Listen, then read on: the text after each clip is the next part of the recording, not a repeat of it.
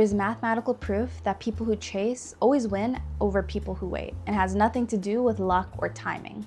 I read this article on Substack a while ago called The Stable Marriage Problem, written by Ajeya Cotra. And it's this fantastic piece explaining the problem and the Gale Shapley algorithm that solves it. Long story short, if you have a group of men and women who are seeking marriage and you need to match them up with each other, and each person in each group has ranked their preferences of potential matches in the opposite group from best to least preferred, how do you match everyone up such that you have a set of the best stable matches? Now, the algorithm that solves it turns the men into the askers and the women into the askees. And over the course of n number of days, the men will go to the women and ask out his top choice among them.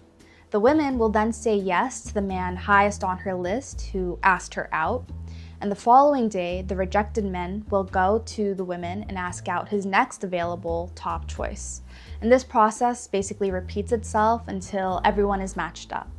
What's really interesting about this solution is because the men are going out and seeking their top choices amongst the women, they'll always end up with their best stable option who won't reject him for someone better. Whereas the women will always end up with their least preferred stable option because while they were waiting to be asked out by someone less preferred, their own top choices were asking out their top choices.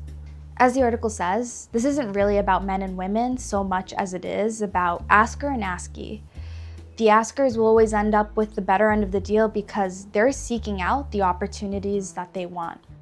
As in, the people who take initiative and chase after what they want always end up better off than people who wait for their chances to arrive at their doorstep. It's like that friend that wore you down into dating them. They wanted you and they have you, so they're living the dream, but you might be settling for a dud. And it runs deeper than dating. It could be a promotion at work, a marathon you want to sign up for, friends that you're too shy to make. All of these things that you might want are only going to be realistic if you're taking steps towards them. And sometimes you know that you're settling, but you don't want to admit it because acknowledging your reality means you have to do something about it, and that's uncomfortable. But I'm here to tell you that delaying the inevitable wastes time for no one but you, and you're not going to get it back. I only started posting videos just over a month ago, and I'm proud of myself for starting, but I also can't help but wonder how much further I would be if I had started 6 months ago when I had the chance. I was that askee sitting in paralysis, waiting for something to happen, but how could it?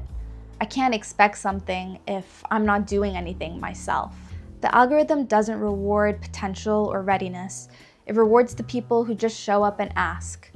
And the people that you know that have what you want aren't special or lucky, they just had the audacity to chase after what they want. And the only way you're gonna catch up to them is if you start chasing too. If you couldn't tell, this isn't about the math either. It's about how long you're gonna sit there and stare at me before you put your plan into action.